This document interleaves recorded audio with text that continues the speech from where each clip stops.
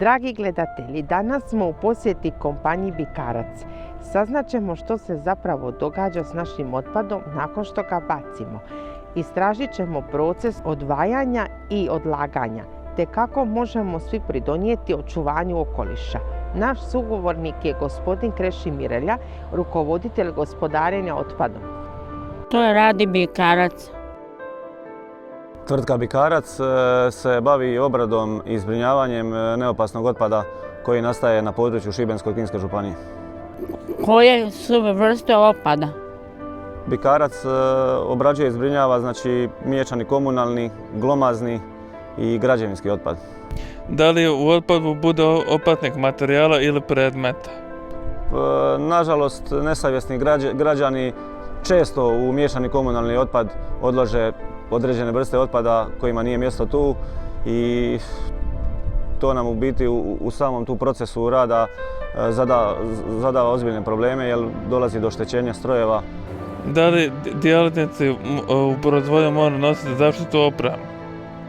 Da, to uvelike ovisi o radnom mjestu djelatnika, ali gotovo većina mora nositi zaštitnu odjeću u vidu zaštitne obuće i zaštitne odjeće, rukavica koji bi spriječili djelovanje nekakvih kiselina u sortiranju otpada, isto tako zaštitnih maski da ne bi došlo do oštećenja dišnih puteva.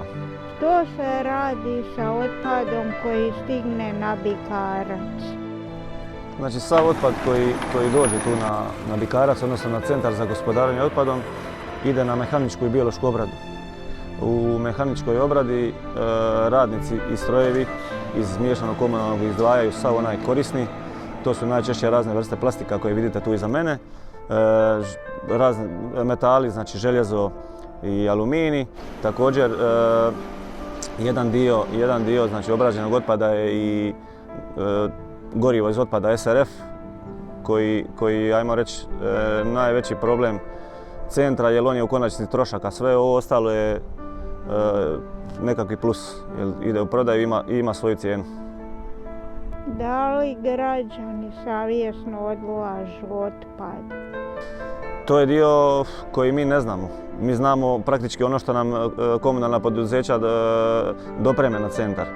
Taj praktički dio građana to je pod ingerencijom tvrtke koja sakuplja otpad na javnim lokacijama.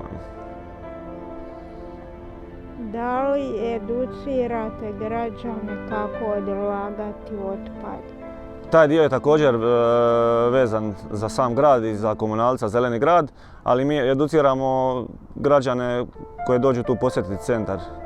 Upoznajemo ih sa procesima rada i normalno da educiramo u smislu pravilnog sortiranja otpada. Da li Šibenčani bacaju mnogo otpada? Pa u nekakvom praktički Šibenčani jedan u prosjeku baca ništa manje ni više nego prosjek ostalih građana, a to je po osobi nekih 500 kilograma godišnje. Ima li to veze sa turističkom sezonom ili možda zato što na Bikarac odlažu otpad stanovnici drugih gradova?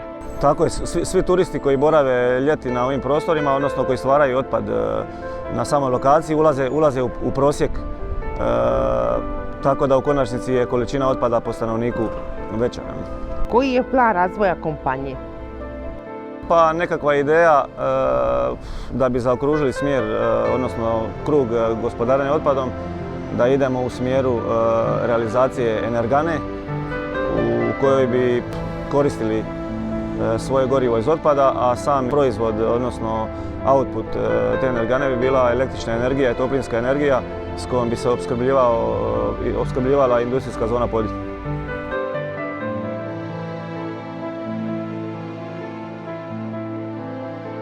Vidjeli smo kako se upravlja otpadom u našem gradu, ali koliko je važno da mi kao pojedinci preuzmemo odgovornost.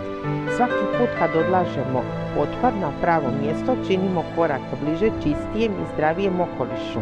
Moramo znati da očuvanje okoliša nije zadatak samo jedne osobe ili institucije, to je naš zajednički zadatak.